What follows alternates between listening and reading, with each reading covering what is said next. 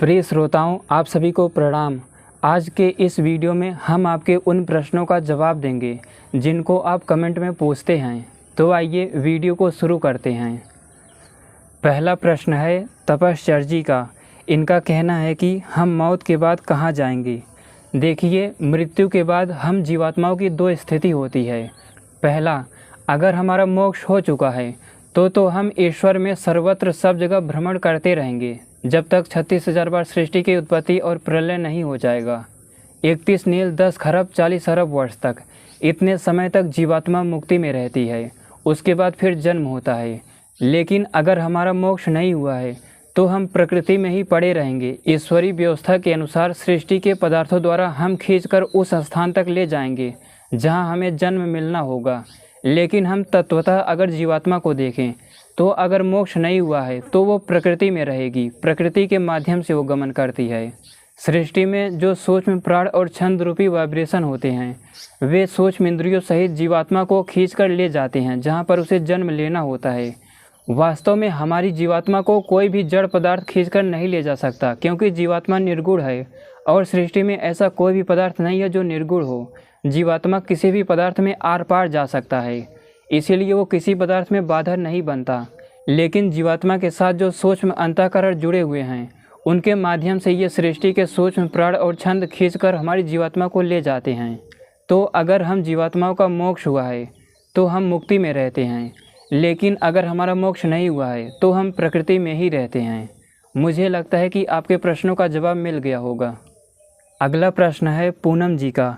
इनका कहना है कि सवाल ये है कि ये महत तत्व कैसे उत्पन्न हुआ, क्योंकि उससे पहले कुछ भी नहीं था, या फिर जो था आत्म तत्व, उससे कुछ भी उत्पन्न नहीं हो सकता। मैंने महत तत्व पर एक वीडियो बनाई थी। ये महत तत्व सृष्टि का सबसे पहला उत्पन्न पदार्थ है। उसी पर इनका प्रश्न है कि ये महत तत्व कैसे उत्पन्न हुआ, क्योंकि सबसे पहले सर्वव्यापक ईश्वर ही था जो कि एक चेतन पदार्थ है। उस समय तो केवल चेतना थी। चेतना भला किसी पदार्थ को कैसे उत्पन्न कर सकती है। देखिए, सृष्टि के आदि में केवल चेतना ही नहीं रहती। उस समय प्रकृति नामक एक इटर्नल पदार्थ जो कि सर्वत्र सब जगह इस पूरे ब्रह्मांड में भरा हुआ है, उसके बारे में जानना हो तो मेरी ये आधे घंटे की वीडियो देख सकते हैं आप। सर्वव्यापक ईश्वर, उसने इस प्रकृति से ब्रह्मांड को बनाया। प्रकृति एक जड़ पदार्थ है, इसको ईश्वर ने भी नहीं बनाया। अगर आधे घंटे की ये वीडियो आप देख लेते हैं तो आपको ये विश्वास हो जाएगा कि इस प्रकृति को बनाया ही नहीं जा सकता। ये भी तत्वतः एक जड़ पदार्थ है जो कि अनादि है, इटर्नल है, सदैव से है और सदैव रहेगी। तो ईश्वर ने प्रकृति पदार्थ से सृष्टि को बनाया है जो कि एक जड़ पदार्थ है, वो भी अनादि है, इटर्नल है, जिसे आदि शंकराचार्य जी महाराज माया कहते थे, अविद्या कहते थे। वो यही प्रकृति है। अगला प्रश्न है पॉलिटिक्स माई थॉट। ईश्वर के वैज्ञानिक स्वरूप पर मैंने एक वीडियो बनाई थी जिस पर इनका कहना है कि ये एक थ्योरेटिकल नॉलेज है, तर्कों से नहीं बल्कि एविडेंस से प्रूव करो कि ईश्वर है। देखिए, ईश्वर तत्वतः एक चेतन पदार्थ है। जिस प्रकार से आप एक जीवात्मा हैं, लेकिन आप इसे एविडेंस से या फिर किसी टेक्नोलॉजी से नहीं प्रूव कर सकते। ईश्वर और जीवात्मा को ही क्या, प्रकृति की जो मैंने व्याख्या की है उस वीडियो को अगर आप देखेंगे तो उसे भी आँखों से नहीं देखा जा सकता। आँखों से आप किसी फोटॉन पार्टिकल को भी नहीं देख सकते, किसी इलेक्ट्रॉन को नहीं देख सकते। जब ये पार्टिकल किसी दूसरे पदार्थ से टकराते हैं तो वैज्ञानिक अनुमान करते हैं कि यहाँ इलेक्ट्रॉन है, इसका ये गुण हो सकता है। तो ये तो बहुत स्थूल पदार्थ हैं ईश्वर के आगे, महत तत्व के आगे, प्रकृति के आगे, जीवात्मा के आगे। उन पदार्थों को देखा भी नहीं जा सकता, सुना भी नहीं जा सकता और मन के द्वारा कल्पना करके भी नहीं जाना जा सकता। ये ईश्वर, जीवात्मा, प्रकृति या फिर महत तत्व, ये सब ऐसे पदार्थ हैं इनको आत्मा मोक्ष में स्थित होकर ही जान सकता है और जानने का कोई माध्यम ही नहीं है। केवल आज या 100 साल बाद ही नहीं, इन्हें वैज्ञानिक कभी नहीं जान सकते। किसी भी टेक्नोलॉजी से इसे नहीं सिद्ध किया जा सकता। अगला प्रश्न है लव वर्ड का। इनका कहना है कि संयम क्या होता है और ये कैसे करना है। देखिए, जब आप योग दर्शन पढ़ेंगे तो उसमें आता है संयम, यानी धारणा, ध्यान और समाधि। धारणा कहते हैं किसी भी पदार्थ पर केंद्रित होने को। जिस पदार्थ पर आपने धारणा लगाई है उसी पदार्थ पर अधिक देर तक मनन चिंतन करके उस पदार्थ को अगर आप अनुमान के द्वारा जानते जाएं तो इसे ही ध्यान कहते हैं।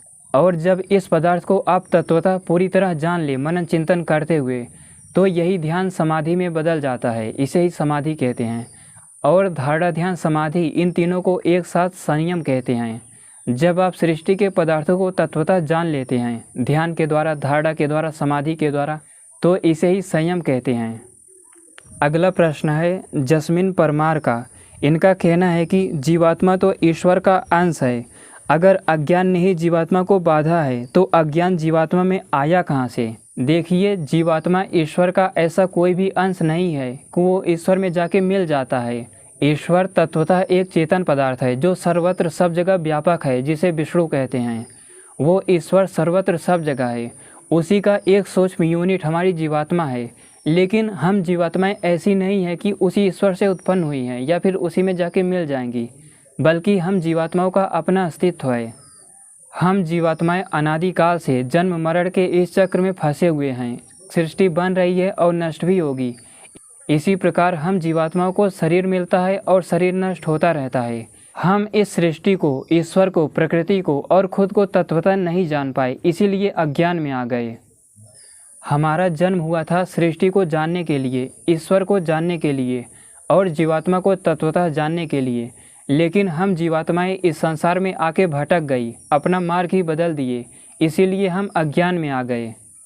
अगला प्रश्न है मयंक राठौड़ जी का। इनका कहना है कि क्या ईश्वर इच्छा करता है? यदि ईश्वर निराकार है तो ईश्वर इच्छा कैसे करता है? देखिए, ईश्वर को निराकार या फिर साकार दोनों कह सकते हैं। जो जीवात्माएं मोक्ष में हैं उनके लिए तो ईश्वर तत्वतः उनके पास है, उनसे जुड़ा हुआ है, इसीलिए उनके लिए तो ईश्वर साकार है। लेकिन जो जीवात्माएं ईश्वर को नहीं जानती उनके लिए ईश्वर निराकार है। ईश्वर की इच्छा वही समझ सकता है जो इस पूरे सृष्टि को तत्वतः जानता हो, क्योंकि ईश्वर ने इस ब्रह्मांड को बनाया है, इसीलिए उसकी इच्छा को वही समझ सकता है, उसकी कामना को वही समझ सकता है जो इस सृष्टि को जानता हो। जिस प्रकार हम जीवात्माएं इंद्रियों और बुद्धि के माध्यम से इच्छा करती हैं, हमारे इच्छा करने के भी अलग अलग तरीके होते हैं, ऐसे ही ईश्वर की भी एक इच्छा होती है। एक निश्चित समय पर ईश्वर की भी कामना उत्पन्न होती है, इच्छा होती है कि अब मैं जीवात्माओं के लिए सृष्टि की रचना करूं। तो उस इच्छा को, उस विज्ञान को वही समझ सकता है जो इस पूरे ब्रह्मांड को तत्वतः जानता हो। इनका अगला प्रश्न है कि यदि वेदों में इतिहास नहीं है तो ऋग्वेद में विष्णु को परम भगवान क्यों माना गया? ये 33 कोटि देवताओं का वर्णन क्यों है? देखिए, अगर वेदों के आध्यात्मिक भाष्य को देखेंगे तो इसमें ईश्वर की चर्चा विस्तार से की गई है। वो ईश्वर सर्वव्यापक है जिसे विष्णु कहते हैं। वो तत्वतः एक चेतन पदार्थ है।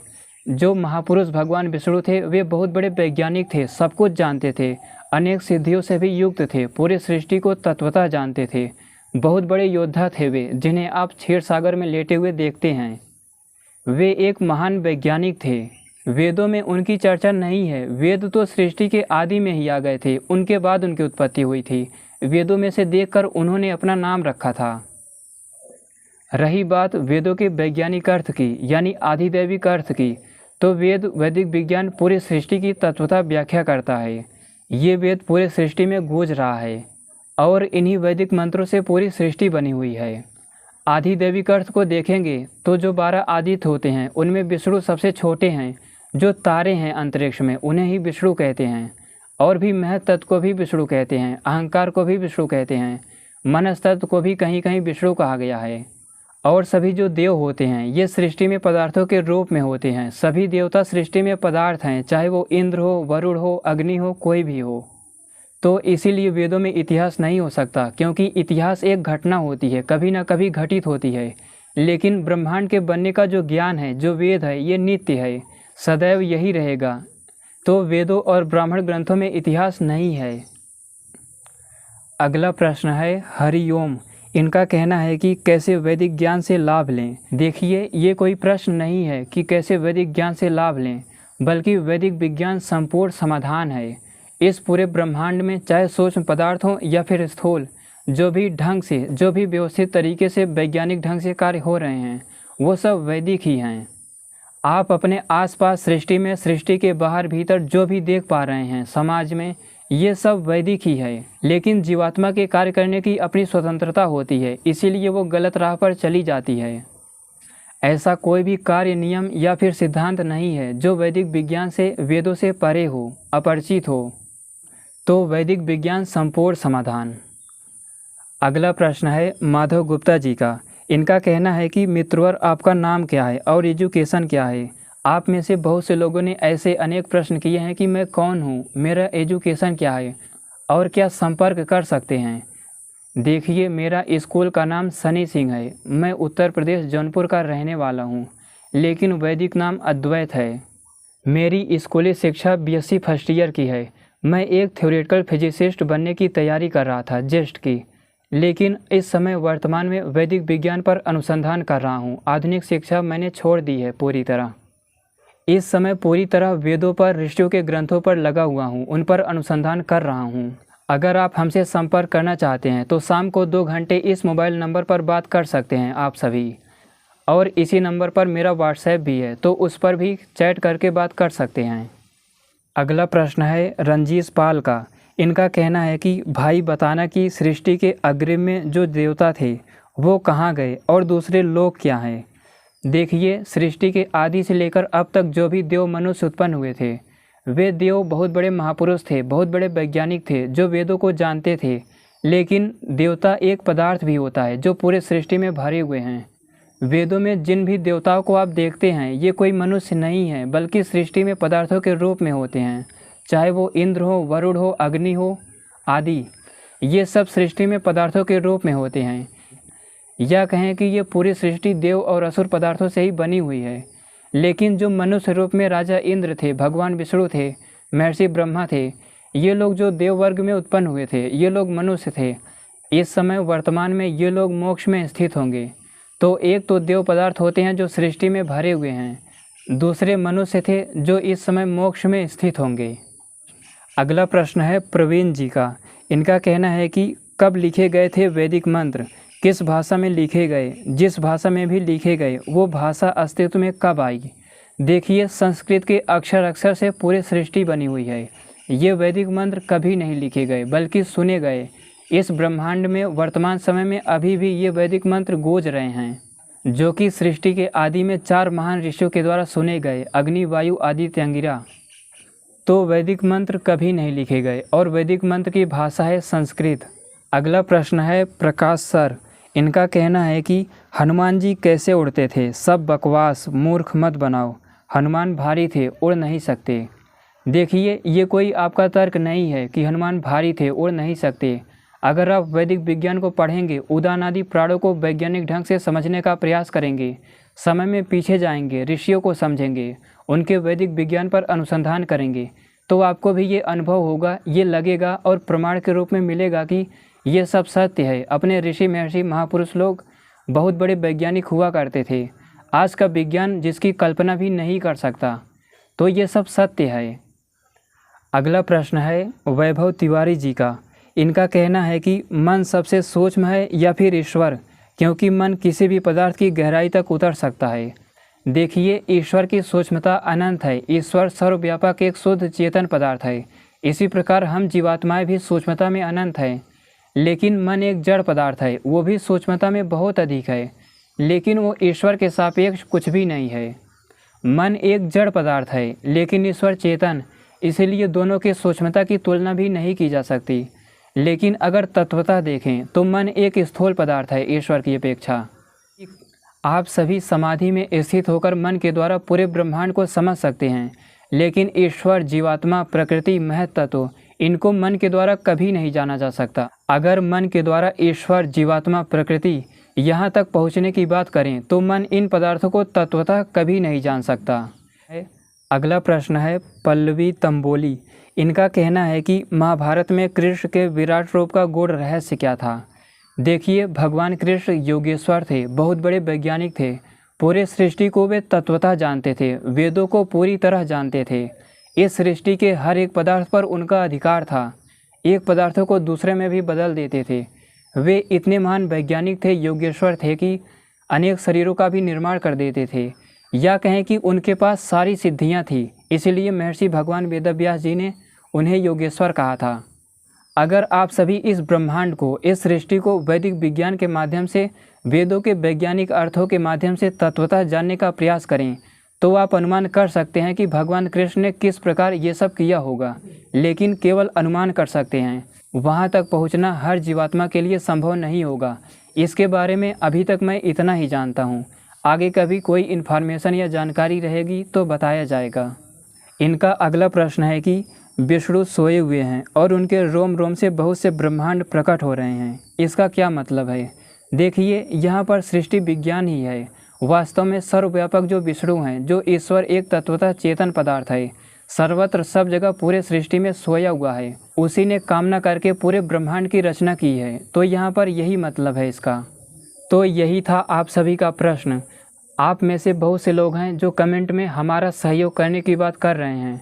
देखिए, ये वैदिक विज्ञान का कार्य बिना आपके सहयोग के नहीं हो सकता, क्योंकि ये एक लक्ष्य है।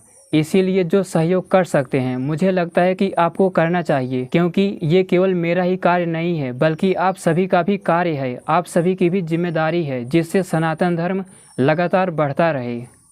तो आप में से जो भी हमारा सहयोग करना चाहते हैं, यहाँ पर मैं बैंक अकाउंट के लिंक दे रहा हूँ। मुझे लगता है कि आप सभी अच्छे होंगे। वीडियो को पूरा देखने के लिए धन्यवाद।